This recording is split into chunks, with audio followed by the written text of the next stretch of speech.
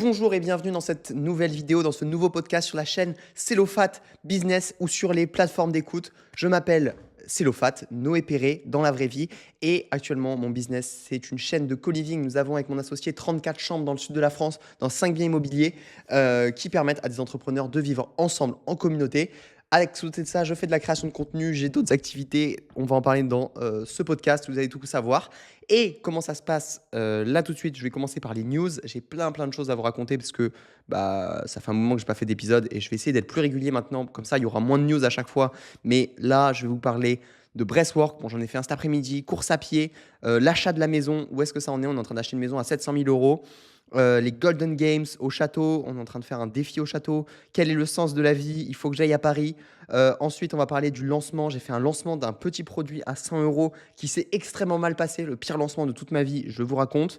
Je me suis lancé sur LinkedIn. On recrute avec un CDI et un autre poste avec mon entreprise. Et enfin, le quotidien est dur et challengeant. Voilà les activités, enfin les news de la semaine dont je veux vous parler aujourd'hui. Ensuite, on verra que je m'en bats les couilles d'être libre financièrement et que je cherche complètement autre chose et que du coup, c'est un appel aux personnes qui s'en battent aussi les couilles d'être libres financièrement mais qui cherchent autre chose, la grandeur, le pouvoir. Peut-être que vous vous reconnaîtrez et ça me ferait plaisir qu'on rentre en contact suite à ça. Ensuite, je ne traque pas assez tout ce qui est lead, tout ce qui est ads. Depuis que je mets du budget ads, en fait, je me suis rendu compte qu'il faudrait beaucoup plus traquer, mais on en parlera. Et c'est tout. Je vous ai écrit une petite citation surprise pour la fin de cet épisode. J'espère que vous allez vous régaler. Installez-vous tranquillement et faites du vélo. J'espère que vous êtes dans les transports, que vous êtes en train de faire quelque chose qui vous divertit et que vous mettez ça dans les oreilles. Franchement, c'est un vrai plaisir, moi, de faire des épisodes de podcast. C'est quelque chose qui me donne beaucoup d'énergie de parler comme ça. Donc, je sais que je devrais en faire plus. Surtout que j'ai tout le temps des bons retours, etc. Mais ouais, je sais pas, je prends pas le temps, en fait, d'écouter mes besoins. Et c'est d'ailleurs un premier problème actuellement dans ma vie. Et on attaque tout de suite avec le premier point de ce qui s'est passé cet après-midi. Bon, vous savez quoi, je vais vous raconter ma journée. On va faire dans l'ordre. Parce que la journée a été ubuesque. Et je pense qu'on peut partir de ce qui s'est passé ce matin. Aujourd'hui, nous sommes dimanche 1er juin, pardon, 2025. Et on s'est dit avec mon associé qu'on allait prendre un day off. Donc moi, on a dit ça début de semaine. On arrive hier soir, je me dis mais non, mais je peux pas prendre un day off, j'ai envie de travailler, etc. Donc ce matin, j'ai dit allez, on y va chill, je me lève, je commence à bosser. Et là, je me souviens qu'il y a une course dans la ville où j'habite. J'habite à Nîmes et juste à côté, il y a Kessarigues. Je fonce à Kessarigues vers 9h. 9h45, j'arrive en ville, il y a rien. Je regarde sur internet et je vois que la course part de l'école. Je vais à l'école et là, il y a un groupe de coureurs qui s'en vont. Je me dis: «Putain, je suis arrivé trop tard» et cetera. Bon, gamberge, mais je vais quand même voir parce que je vois qu'il reste des coureurs qui sont pas encore partis et en fait, c'est la course du 5 kilomètres. Donc je m'inscris à un 5 kilomètres littéralement 10 minutes avant que ça parte. Même pas, mais genre c'était vraiment 5 minutes avant que ça parte. La meuf me prend mes sous, tac, tac, tac, je m'inscris.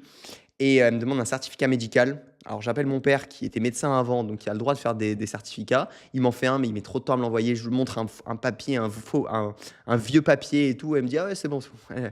Elle voulait juste que j'aille courir, parce que la meuf devant moi s'était fait recal sur la course. Parce qu'elle avait pas de certificat médical, elle pouvait pas courir. Mais moi j'ai pu. Bon bref. Donc j'ai pu faire ma course, je pars à bloc, pas échauffé, les jambes lourdes. Hier Enzo qui m'a fait faire du fractionné. Bref, l'enfer. Mais le début est dur, mais je colle le groupe de tête parce que c'est une petite course.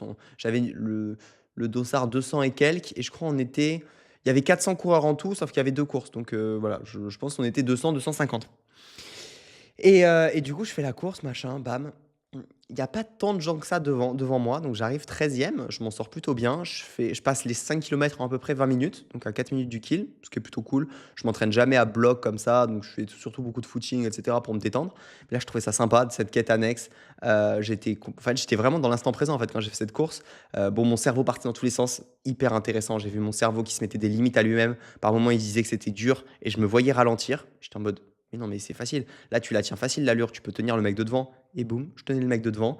J'avais une croyance, ah ouais, très intéressant. Comme quoi les croyances influent vraiment sur notre résultat. J'avais la croyance que j'étais bon en montée. Et en fait, dès qu'il y avait une montée, du coup, je me mettais à rattaquer et je passais un mec, 2 mecs, 3 mecs. Dès qu'il y avait une petite côte, en fait, je les rattrapais et j'étais trop chaud. Et dès qu'il y avait du plat, par contre, je me faisais rattraper parce que je me disais. Et là, je voyais mon dialogue interne qui me disait: Putain, t'es moins bon sur le plat. Et du coup, naturellement, je ralentissais et c'est un cercle vicieux. Et du coup, mais la perception qu'on a de nous-mêmes, les croyances qu'on a et tout, mais c'est trop cheaté. Bref, je m'en suis bien rendu compte pendant la course. Je suis arrivé premier de la catégorie espoir. Du coup, j'ai eu des cadeaux. Enfin, ça avait vraiment aucun sens, hein. J'étais là, je comprenais rien à ce qui se passait. Je me suis fait des potes. Je pense que je vais m'inscrire au club de course d'ici pour aller courir avec eux. Et je me suis fait un ami là qui est qui habite pas très loin de chez moi, qui est jeune, qui est en train de passer le bac. Mais du coup, voilà, je lui ai donné mon WhatsApp parce qu'il m'a demandé mon Insta et j'aime pas trop donner mon Insta aux gens que je connais pas parce que je trouve que ça biaise un petit peu Après, c'est peut-être moi qui invente, hein, mais je trouve, des fois, ça m'arrive, genre, c'est pas, j'ai pas énormément d'abonnés, etc. Mais rien que 10 000, 15 000, machin, je crois, j'ai 17 200 abonnés. Et ben, je sens que ça change un petit peu la dynamique. Et donc, je préfère donner le WhatsApp et tout. Donc, voilà, on a juste échangé. Et il allait chercher, après, il a trouvé mon Insta. Et justement, il m'a envoyé un message. Il m'a fait: Ah, mais t'es connu, en fait, et tout. Bref, ça m'a fait rire, alors que je me considère pas comme connu. Mais voilà, fin de la quête, fin de la course.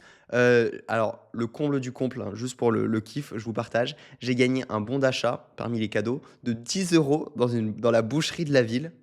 Je suis végétarien, pour ceux qui ne savent pas. Bref, ça m'a fait vraiment rigoler de voir ça. Donc, je le donnerai à quelqu'un sûrement dans la maison. Donc voilà un petit peu. Ah ouais, d'ailleurs, il faut que je fasse une vidéo. Ça va bientôt faire 1 an que je suis végétarien. Il faut que je fasse une vidéo de tout ce qui s'est passé, du déclic, etc. Je le note, hein, mais végétarien. Parce qu'en fait, je le fais même pas pour les animaux. Je le fais pour la manière dont je nourris mon corps physique parce que j'ai une révélation un jour. Bref, c'est un peu what the fuck. Mais je pense que ça peut intéresser plus d'une personne parce que j'ai jamais entendu personne, à part dans un livre, cette raison-là de pourquoi il ne mange pas de viande. Bref, on en parlera une autre fois. Dites-moi en commentaire si ça vous intéresse. N'hésitez pas à mettre un petit pouce bleu d'ailleurs, ça me soutient vraiment. Chaque pouce bleu, je me dis: Ah ouais, c'est quelqu'un qui est content de voir. Et chaque commentaire, ça me fait encore plus plaisir. Genre, vraiment, un commentaire, je les lis moi-même, je vous réponds moi-même. Je suis trop heureux. Donc, laissez un commentaire sur Apple ou sur Apple Podcast, Spotify ou YouTube. Je compte sur vous. Un grand merci. Donc voilà, ma course à pied. Je rentre ici, je mange tranquillement. Et cet après-midi, bah, j'étais censé pas travailler. Donc, mais j'ai commencé quand même à faire des ads.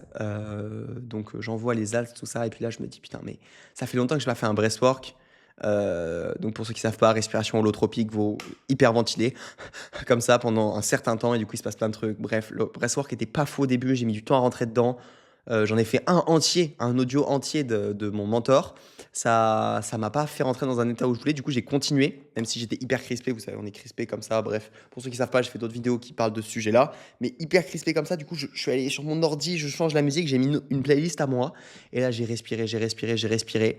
Et après, j'ai fait une rétention d'air. Et au début, bah, il se passait pas grand-chose, mais j'avais plus aucune pensée parce qu'au début du breathwork, j'étais beaucoup dans ma tête, beaucoup de pensées. Et là, je me suis rendu compte de tous les trucs. Genre, c'est monté à moi. Bon, pour ceux qui ne connaissent pas un vrai sport, c'est un peu comme un rêve éveillé que tu es en train de faire grâce à des respirations, pour la faire très, très simple. Et là, il est monté à moi toutes les choses qui me plaisaient pas actuellement dans ma vie. Et en fait, il y a beaucoup d'inconnus en ce moment, beaucoup de choses qui sont en train de changer dans ma vie, j'ai l'impression. Et en fait, il y a plein de trucs qui me plaisent pas. Je suis pas complètement satisfait de ma situation et je m'en suis rendu compte, même si bah, j'avais aussi beaucoup de gratitude pour tout ce que j'ai déjà, mais j'avais beaucoup de questionnements.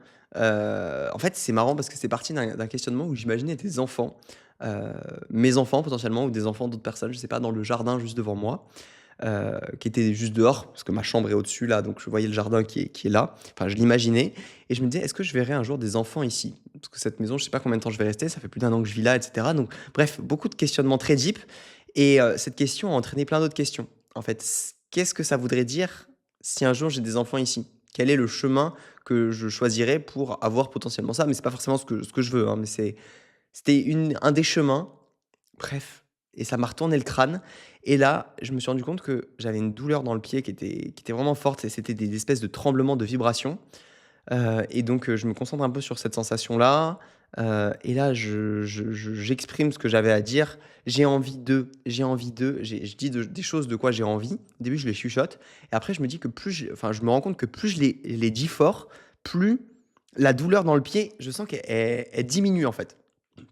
Je me suis retrouvé à crier, limite j'ai un peu mal à la gorge encore, à crier ce que je voulais avoir dans ma vie et à pleurer, je pleurais, bref, c'était incroyable et en fait le truc dans le pied est parti. Donc, je me suis libéré de quelque chose. C'était vraiment, vraiment cool et voilà, bon, bref, j'ai pris des décisions suite à ces respirations sur des choses que j'allais faire concrètement dans ma vie. Donc, waouh, hyper puissant les breathwork. Je me sentais appelé depuis quelques jours, quelques semaines. Ouais, peut-être quelques semaines. J'ai bien fait de le faire. Je suis vraiment super content et à voir la suite, vers quoi ça va me mener. Je vous en dis pas plus en vrai parce que c'est hyper perso, mais voilà. Bon, quelque chose qui vous intéresse un peu plus, j'achète une maison à 700 000 euros. J'ai 21 ans, je fais ça avec mon associé. What the fuck, vous dites comment il fait. Je vais tout vous raconter. Donc, on est passé par des hauts, des bas, des. En fait, on a trouvé une maison au mois de mars. J'ai signé un compromis de vente, ça coûte 500 euros. Tu vas chez le notaire, c'est un papier qui te dit que tu as le droit d'acheter cette maison. Et à partir de là, il fallait que je me débrouille. Et donc, je me suis dit, bah, j'ai pas d'argent, je vais acheter une maison. Mais j'ai un business model qui fonctionne. Donc, j'ai fait les calculs de combien on gagnerait avec cette maison. Après ces calculs, je suis allé montrer à des banques. Les banques m'ont dit, euh, OK, c'est bien vos calculs, mais il faudrait des calculs faits par un comptable. Et en plus, il faudrait un peu d'argent, ce qu'on appelle l'apport, pour que vous puissiez acheter cette maison. Donc, je dis, bon, bah d'accord, je vais aller trouver de l'apport. Donc là, je me suis dit, bah, l'apport, je vais aller demander à des investisseurs. Donc, je suis allé voir des gens qui avaient de l'argent et je leur ai demandé, est-ce que vous voulez me prêter de l'argent? Regardez ce qu'on va faire avec cette maison. Voyez les rendements. Moi, je pense que je peux vous donner 7% par an. Donc, quelqu'un me donne par exemple 10 000 euros. Tous les ans, je le rembourse 700 euros jusqu'à ce que je rembourse les 10 000 euros. En gros, c'est ça, 7%. Donc, c'est plutôt intéressant, etc. Puis après, je me suis rendu compte que si je faisais ça, je risquais potentiellement de perdre de l'argent parce qu'au bout d'un moment, il fallait aussi rembourser les 10 000 euros. Et du coup, si j'étalais le remboursement des 10 000 euros sur 5-6 ans, bah, j'étais limite. Donc, ça a beaucoup changé de modèle jusqu'au moment où je suis arrivé, où je me suis dit, on propose aux gens de ne pas leur rembourser l'argent qu'ils mettent, mais juste, ils sont propriétaires d'un pourcentage de la boîte. Et donc, du coup, j'ai créé une nouvelle SCI, une nouvelle société, où j'ai mis en vente 20% des parts. Et donc, ces 20% des parts, ça représente 150 000 euros. Donc, techniquement, je vais vendre des bouts de parts, là, à partir des personnes qui vont mettre minimum 10 000 euros. À partir de demain, en fait, c'est lundi, je vais recontacter tous les investisseurs, etc. Parce que la société est en train d'être immatriculée et d'être ouverte. Et tous les investisseurs qui sont intéressés, à qui j'ai eu des premiers appels, etc. Et ben, je vais tout simplement leur vendre des parts de la boîte. Et nous, avec ces 150 000 euros, on va voir la banque, on leur dit prêtez-nous le reste. Et du coup, techniquement, nous, on met pas vraiment énormément d'argent, même pas d'argent, clairement. Juste après, derrière, on gère le bien, etc. Et le rendement en fin d'année, en fonction de ce qu'on a gagné avec la boîte, quoi, enfin, ce qu'on a fait comme argent, et ben, on le redistribue aux investisseurs et à nous-mêmes au prorata de ce que chacun détient comme nombre de parts. Voilà un petit peu. Donc franchement, c'est trop marrant, mais je prends des coups de pression de partout. L'agent immobilier, les propriétaires, ils trouvent qu'on traîne en fait. Alors que bah, je fais de mon mieux, je fais vraiment de mon mieux. J'essaie de les rassurer. Ils me disent que, en fait, il y a des deadlines, genre où vous devez montrer une promesse que la banque vous prête de l'argent. Et ça, on l'a déjà dépassé, je ne l'ai pas encore eu. Ensuite, là, le 20 juin, ça va être la fin. Ils ont plus, en fait, ils sont plus obligés de nous la vendre. Parce que quand on signe le papier, ils sont obligés, entre guillemets, de nous la vendre pendant quelques mois. Bref, tout ça pour dire que c'est assez what the fuck, tout ce qui s'est passé pour l'achat, pour la vente. Il y a eu beaucoup de pression, c'est pas facile, je suis en train de faire des trucs que je connais pas. Là, j'ai pas envie de mettre 5 000 6 000 euros d'avocat, donc je me suis chauffé à créer une société moi-même. Les démarches aberrantes, il faut écrire les statuts de la société, donc en gros, c'est qu'est-ce qui fait que la société va être mené par ça ou ça, donc je l'ai fait moi-même. Bon, après, on a déjà une SCI, donc c'était assez similaire, mais bref, ça m'a pris beaucoup de temps. J'ai payé quand même un comptable pour qu'il vérifie tout ce que je fais, etc. Et là, il y a mon avocat, notre avocat, qui est en train de faire le pacte d'associés. C'est un papier qui dit comment se passe la relation entre bah, tous les associés au sein de la boîte, parce que les gens vont littéralement être propriétaires d'un morceau de boîte avec nous. Donc ça, c'est mon avocat qui s'en occupe et c'est cool. Mais c'est vrai que chaque papier fait par un avocat, ça coûte des milliers d'euros. Donc en vrai, c'était intéressant, mais c'était intéressant que je m'en occupe moi-même. Pour une fois, je suis passé en mode je délègue moins, alors que d'habitude, c'est tout en inverse que je vise un petit peu, mais c'est pour développer des compétences. Donc je trouvais que ça valait le coup. Voilà pour l'achat de la maison. Ensuite, Golden Games. Bon, ça, on l'a déjà fait en juin dernier. Je ne sais pas si vous suiviez déjà le château ou si vous étiez là. Au château, bon, il n'y en a pas beaucoup, vous étiez 7 ou 8. N'hésitez pas à mettre un commentaire si vous étiez au château avec nous à cette époque-là ou que vous vous en souvenez. Des Golden Games, concrètement, c'est quoi? Le but, c'est de faire un maximum d'argent en un mois. le mois de juin. Et donc cette année, on s'est le mois de juin, on s'est dit, vas-y, on fait pareil. Donc en fait, tous les jours, on va noter combien chacun a gagné d'argent dans la maison. Et à la fin, il y a un total. Et on s'est tous fixé des objectifs sur combien on allait générer. Alors, bon, moi, je me suis vraiment, vraiment chauffé. J'ai mis 190 000 euros. En gros, qu'est-ce que c'est 190 000? Bah, c'est 150 000 de parts qu'on vend. Ensuite, tous les loyers qu'on encaisse. Et ensuite, je pense vendre quelques accompagnements. Je vais vous en parler justement après. Donc voilà, je me suis fixé l'objectif de faire tout ça. C'est assez aberrant, mais l'année dernière, je m'étais fixé 100 000 euros. Je crois que j'avais fait 50 et quelques. Donc on va voir cette année. L'année dernière, j'ai organisé des séminaires à l'époque. C'était avec ce business-là. Et donc là, bah, on va voir cette année concrètement combien on arrive à encaisser. Il y a des 10 000, il y a des 15 000 dans la maison. Tout le monde s'est mis des bons objectifs. Et la règle, c'est que si on fait moins, on va 24 heures à l'usine. Si on fait plus, on fait la fête. On va voir s'il y en a qui finissent à l'usine. Et je m'engage cette année à aller à l'usine. Je m'engage devant vous. Ou aller travailler dans les champs. Enfin, faire un métier dur, payé à 10 balles de l'heure pendant 24 heures si on n'atteint pas les objectifs. Donc voilà, suivez bien, abonnez-vous à la chaîne. On vous partagera tout. On vous fera un vlog usine. Ça sera drôle. Ok, sens de la vie. Bon, bah ça, en fait, je vais pas épiloguer. Je vous ai parlé un peu pendant le breastwork. Je me pose plein de questions sur ma vie en ce moment. Et il y a un truc qui revient, c'est aller à Paris. J'ai l'impression qu'il y a des trucs, des choses qui m'attendent là-bas, des connexions, du réseau. Je sais pas. En fait, je sais pas vraiment, mais j'ai l'impression que on est en France. C'est là-bas qu'il y a beaucoup de choses qui se passent. Il y a des startups, il y a des choses, et il faut que j'y aille. Je me sens un petit peu appelé. Alors c'est drôle, hein, parce que je suis quelqu'un de la campagne. J'aime pas la ville particulièrement, je me sens pas très très bien en ville, je me sens stressé, anxieux, etc. Mais je pense que niveau connexion, je sais pas ce qu'il y a, mais j'ai l'impression qu'il y a une quête là-bas. J'ai pas envie forcément d'aller à l'autre bout du monde tout de suite. Même si ça va peut-être se faire pendant le mois, je vous tiendrai au jus. Peut-être un petit aller-retour en Thaïlande, je vous en parlerai plus. Mais je sens qu'avant, il faut que j'aille à Paris et il faut que je me libère un peu de temps, quitte à travailler depuis là-bas, mais faire des rencontres, faire des connexions. Voilà, donc si vous êtes sur Paris, si vous pensez qu'on peut bien s'amuser ensemble, j'ai juste envie de discuter avec des gens. Heu, Ce matin, pendant la course, c'était marrant, j'avais juste envie de parler aux gens. Genre, vraiment, je vais voir les gens et je leur parle, je leur pose des questions. Je trouve ça trop bien. Je pense que je vais aller le faire aussi en ville, même dans Nîmes. Je pense que j'ai une idée de vidéo, c'est faire sans interaction en une journée. Enfin, en moins de temps possible. Enfin, en une journée, ouais, et voir si je ressors plus grand de sans interaction avec des humains, genre. Bon bref, on va essayer. Voilà, bon, sinon, je vais vous parler du lancement du 10K Challenge.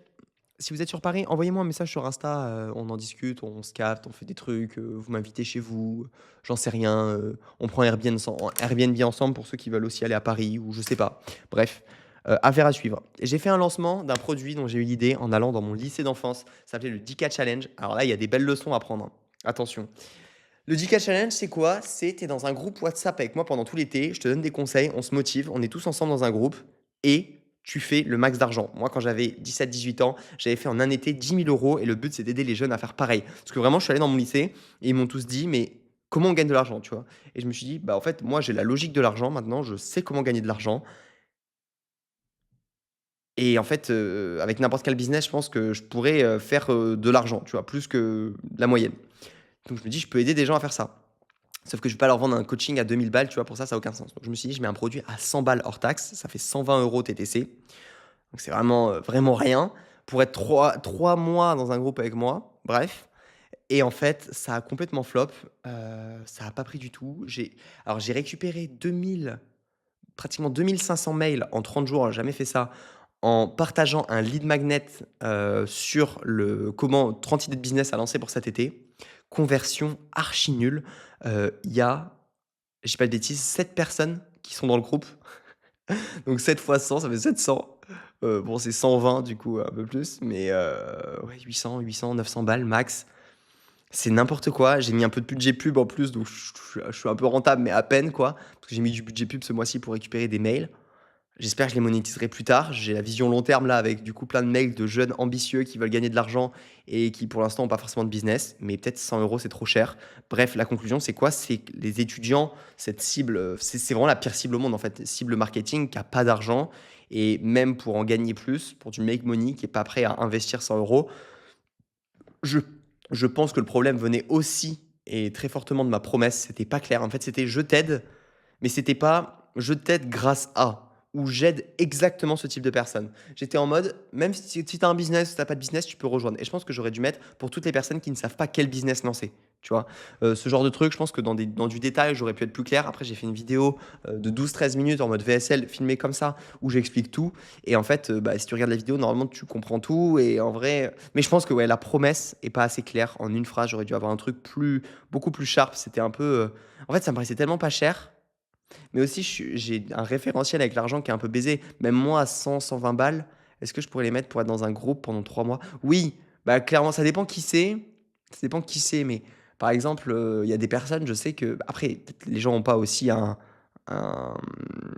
une image de moi aussi importante que ça. C'est aussi ce qui explique, je pense, la chose. Mais moi, je me dis, ouais, il y a certaines personnes, je sais qu'ils ont des résultats business, et cetera, plus que moi. En fait, 100 balles, 200 balles, 300 balles, 500 balles, pour leur poser des questions illimitées, bah, je le fais. J'ai même pris un truc à Oussama Hamar. Bon, après, c'est Oussama, mais je crois que c'était 300 balles par mois. 300? Ouais, je crois que c'était 300 et tu pouvais lui parler en illimité sur WhatsApp, par message privé. Bref, grosse dinguerie. Donc j'avais pris ça, voilà, c'est marrant. Et dans l'idée, j'aimais bien le fait de pouvoir échanger, me poser une question à la moindre interrogation. Et ça a commencé aujourd'hui. Et il y en a, ça va de 28 à 15 ans, donc c'est trop bien. Il y a un peu tous les âges et tout. Et il y a un jeune Suisse bien déter là qui a commencé à faire la technique que j'avais fait quand j'avais 18 ans. C'est des petits papiers imprimés, les mettre partout dans la ville, etc. pour trouver du boulot chez les gens, faire le jardin, tout ça. Il y en a, je leur ai déjà donné des offres d'emploi. Parce que du coup, j'ai des potes à moi qui font du business, qui sont en mode ah bah ouais, moi j'aimerais bien déléguer ça, j'aimerais bien trouver des personnes qui puissent faire ça, quelqu'un qui fasse du cold email, quelqu'un qui fasse des shorts pour moi, etc. Et du coup, bah, j'envoie mes poulains du 10K challenge. Bref, j'ai laissé ouvert un petit peu quelques jours de plus pour ceux qui veulent rentrer là en cours de route, même si bah, du coup ça a déjà commencé. Donc voilà, je laisse quand même le lien en bio si vous voulez voir ma page de vente, etc. Page de présentation du 10K challenge, vous pouvez encore rejoindre. Et c'est quand même très drôle et la valeur est juste abusée de ce produit. Voilà, à la place, je vais vendre quelques accompagnements. Ces derniers temps, il y a beaucoup de gens qui m'ont demandé en fait de l'accompagnement, surtout pour de la création de contenu. Alors c'est assez marrant parce que pour moi, j'ai de l'expertise sur d'autres choses, aussi que ça, mais c'est souvent ça qui revient en fait, comment faire de la création de contenu qui se transforme. Parce que c'est vrai que moi, avec du contenu organique, en fait, j'ai généré, plusieurs centaines de milliers d'euros clairement, avec du contenu, juste posté. Donc en fait, les gens dans leur esprit, il y a ça qui est resté, je sais pas trop pourquoi. Et en plus, j'ai des bons résultats à chaque fois que j'aide des gens sur de la création de contenu. Il y avait, Nail que j'avais accompagné. On était passé de 2 000, il stagnait depuis 2 ans à 2 000-3 000 abonnés, à genre 9 ou 10 000 en quelques mois. Là, il y a Mika qui vit dans cette maison, qui vit avec nous, qui vient de lancer un business, et cetera. Il a commencé à faire des reels. Je lui dis: «Mika, si demain tu te lèves à 6h30 et que tu es avec moi dans la piscine, je te fais un reels à 10 000 vues». On a fait un reels et là, je suis allé voir, je crois, il m'a envoyé un screen, il y a 30 000, bon, c'est sur TikTok, mais il y a 30 000 et quelques vues, alors que d'habitude, il fait genre 1 000-2 000 vues. Bref, il y a un truc que j'arrive quand même à capter avec la création de contenu et je suis encore meilleur chez les autres que chez moi parce que forcément chez moi, bah, il y a des parts d'ombre et mais en vrai, je prends juste pas le temps, mais je sais que je pourrais me présenter et refaire du contenu, vraiment viral. Je vais essayer de cette semaine-là. Allez, je me le note. Contenu viral pour Cellofat. Le truc, c'est que j'ai d'autres priorités. Bon, c'est compliqué la vie de tout faire en même temps. Mais la semaine déjà la semaine qui arrive est déjà très chargée.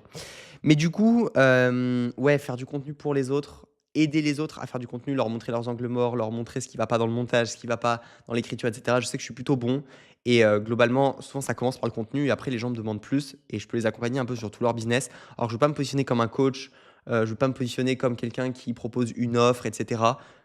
S'il y a des gens qui veulent m'appeler, ils m'appellent, ils m'envoient un message. Ça commence souvent comme ça, hein. C'est pas, j'ai pas un tunnel, un truc comme ça. C'est les gens qui finissent par m'envoyer un message un jour ou l'autre. J'en parle très rarement, mais là, par exemple, bah, c'est l'occasion. Ils m'envoient un message: «J'aimerais bien qu'on voit ça». Bah ouais, en fait, je te propose un call et j'ai pas et ce qui est bien aussi, c'est que, vous voyez, vous prenez un accompagnement avec un gros, infopreneur qui fait des centaines de milliers d'euros par mois. Oui, effectivement, il fait beaucoup d'argent, tout ça, tout ça. Sauf que du coup, bah, vous allez être coaché par un de ses coachs généralement ou alors vous avez un coaching de temps en temps, et cetera. Moi, l'intérêt, c'est que comme je prends très, très peu de personnes, bah, quand je prends quelqu'un, en fait, je peux lui délivrer un service de ouf où 24 heures sur 24, je lui réponds. Je propose un appel par semaine, c'est directement avec moi. Et la plus grosse valeur, c'est en fait, je fais des vocaux tout le temps. Genre, il est là en train d'hésiter sur un truc, bam. J'ai pas peur de mettre les mains dans le cambouis aussi. Tu vois, les, les scripts de Reels, souvent, on me les envoie, bam, je copie-colle, je te dis là, je changerai ça, ça, ça, ça, ça. Et le but, c'est que la personne prenne en compétence et en plus, c'est des meilleurs résultats. Donc, bref, je pense que je vais proposer deux trois accompagnements ce mois-ci parce que bah, ça me donne de l'énergie. et je kiffe faire ça. Et il y a déjà quelqu'un avec qui là on va commencer qui a une marque de produits qui viennent du Pérou qui sont super stylés, donc qui a pris un mois d'accompagnement avec moi et on va voir sur quoi ça mène. Mais très très stylé, très content d'accompagner les premières personnes qui sont chauds pour ça. Donc voilà, ça va être cool. Je me suis lancé sur LinkedIn, n'hésitez pas à aller vous abonner, je vous le laisse en dessous. J'ai fait un post, premier post depuis très longtemps. Il fait 30 000 impressions, trop stylé. Bon, après, j'en ai fait deux autres qui n'ont pas trop marché. Mais du coup, voilà, j'ai pas les codes encore. Je crois qu'il faut mettre des commentaires sous les autres et tout. J'ai la flemme en fait. Bon, on va voir ce que ça donne, mais je sais que ma cible d'entrepreneur pour vivre ici est sur LinkedIn. Donc il faudrait que je m'active sur ça. EDC, on a fait une semaine enfermée avec Enzo. C'est ma dernière vidéo YouTube. Allez, on a bientôt fini les news de la semaine. Semaine enfermée avec Enzo, c'était cool, on a revu la vision, bah, ça c'est très très important, je vais vous en parler juste après. Et niveau recrutement, on s'est dit qu'on allait prendre un poste en CDI. J'ai pris les premiers calls et tout, hyper intéressant, mais faut qu'on voit tous les chiffres de l'entreprise en fait pour prendre cette décision et aussi comparer plusieurs profils. Mais on va parler de traquer et des chiffres juste après. Sinon, autre chose sur la vision, on a écrit la vision de la boîte à 1 an, 5 ans, 10 ans. Et en fait, ça a littéralement tout changé. C'était la meilleure idée de faire ça. Parce qu'en fait, là, quand je travaille, je sais vers quoi on va. Quand ça va pas, j'ai juste à lire ce papier qui explique en fait nos objectifs, qui explique tout ça. Et c'est vrai que ça chauffe le cœur en fait. Quand je l'ai écrite cette vision, j'ai lâché une larme pour vous dire. Donc c'était juste incroyable. Et je sais que c'est quelque chose à quoi je me connecte en fait dans les moments durs, etc. Et voilà. Donc je vous conseille vraiment vraiment de le faire. C'est trop bien. Ça donne une direction vers quoi aller. Et en plus, quand tu es là, tu es en mode c'est pas trop quoi tu as fait sur ton business. Tu es en mode mais regarde tout ce que tu as à faire. Rappelle-toi en fait où tu vas, le gros objectif à 10 ans. Moi, c'est construire un village, construire une école, avoir des trucs de ouf. En fait, il faut que je sois connu dans le monde entier. Je vais créer un endroit qui va juste être dingue en fait. Ouais, qui va changer le monde, hein. Clairement, l'objectif, c'est de changer le système d'éducation en France. Enfin, il y a trop de trucs. L'impact est trop abusé en fait de mes projets.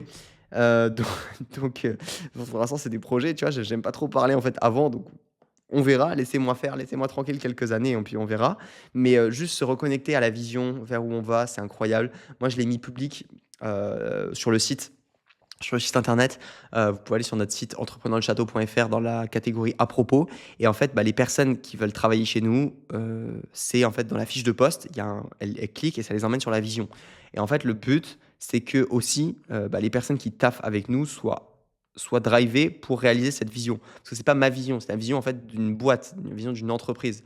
Donc, ouais, où est-ce qu'on veut amener l'entreprise? Est-ce qu'ils sont d'accord pour l'amener avec nous? Et du coup, forcément, on a des profils qui veulent travailler avec nous, mais plusieurs années, qui veulent se projeter. Et nous, on leur donne une place. Enfin, notre taf, c'est de leur donner une place au sein de cette vision.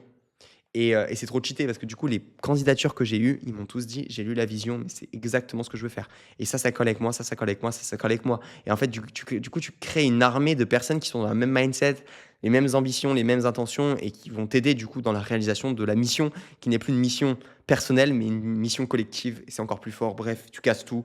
Incroyable. C'était pas facile à écrire. Mais ouais, ça s'est fait naturellement en fait. On a mis un dictaphone avec Enzo, on a discuté et l'audio du dictaphone, je l'ai envoyé à ChatGPT, je lui ai dit fais-moi un résumé, après j'ai modifié et on avait un truc plutôt cool. Donc en vrai, non, pas difficile à faire, mais qui vaut trop le coup. Voilà pour les news de la semaine, un petit peu. Bon, ça c'était la semaine dernière hein, qu'on est allé s'enfermer avec Enzo et je vous ai fait une vidéo, peut-être que vous avez déjà vu sur ma chaîne, qui vous a bien plu d'ailleurs. Donc voilà, n'hésitez pas à me faire des retours là-dessus et mettre des commentaires même sous cette dernière vidéo que vous avez vue, ça me fait vraiment plaisir. Je crois que j'en ai pas eu. OK, bon, autre réalisation que j'ai eue, je m'en bats les couilles d'être libre financièrement.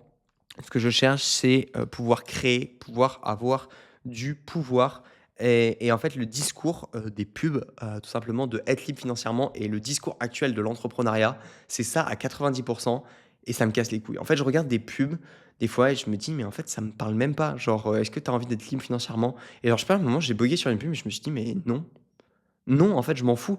Alors, oui, c'est le niveau 1, donc oui, forcément, je veux être libre financièrement. Actuellement, j'aimerais bien pouvoir me payer encore plus, avoir de l'argent de côté, et même si techniquement, je me considère comme libre financièrement, même si je roule pas sur l'or et encore moins en ce moment.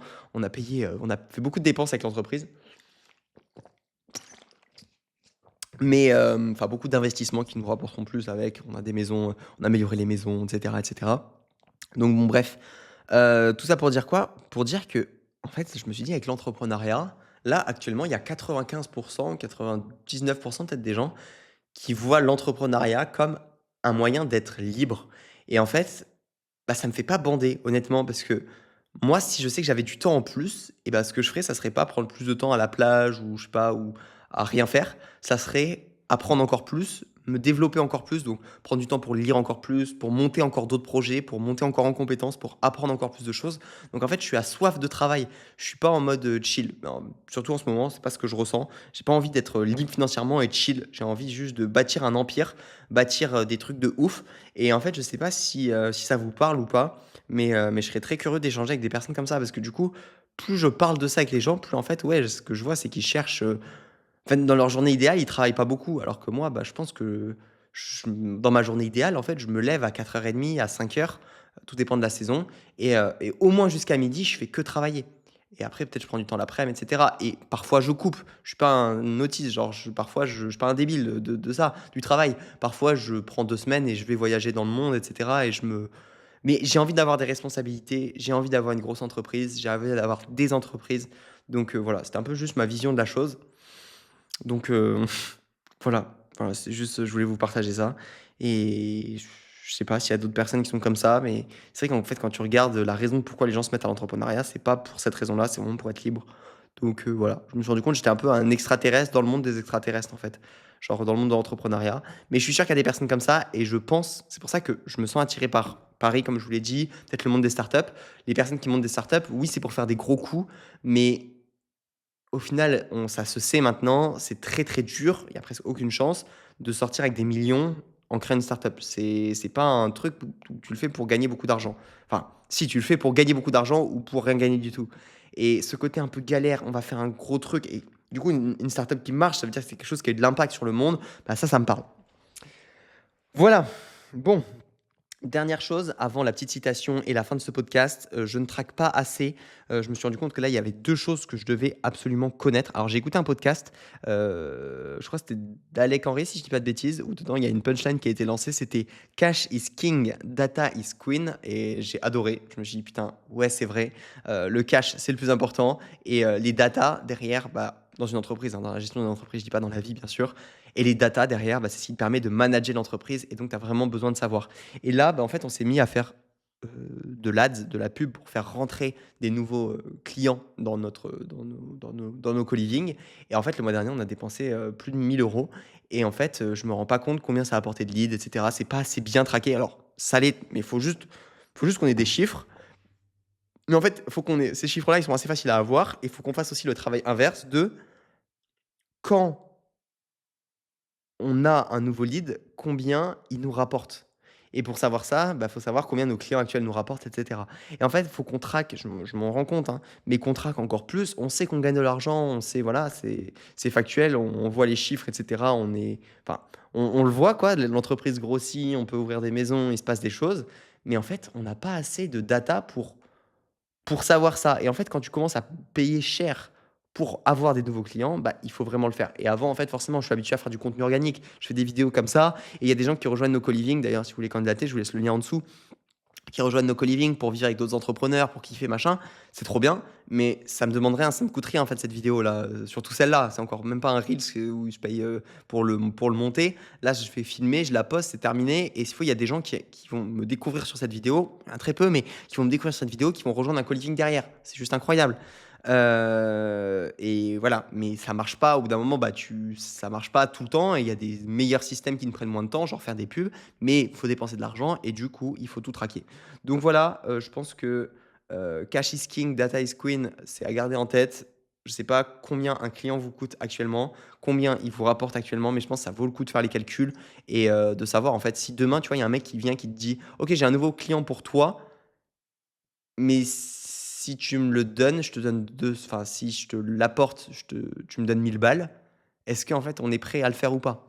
Et je pense que cette question, on devrait tous être capables d'y répondre, comme ça et pour ça, il faut prendre toutes ces charges, il faut tout prendre, il faut tout calculer. C'est pas juste, «Ah bah oui, 1000, un client, je le facture 2 000. Si tu me donnes enfin, si je te paye 1 000 pour que tu me donnes un client, oui, ça vaut le coup». Parce que derrière, tu as d'autres coûts. Est-ce que tu as des charges pour le delivery? Est-ce que tu as des charges pour toi? Machin, machin. Il y a des business plus faciles que d'autres et nous, pour le coup, c'est un peu compliqué parce qu'il y a beaucoup de dépenses et beaucoup d'entrées aussi.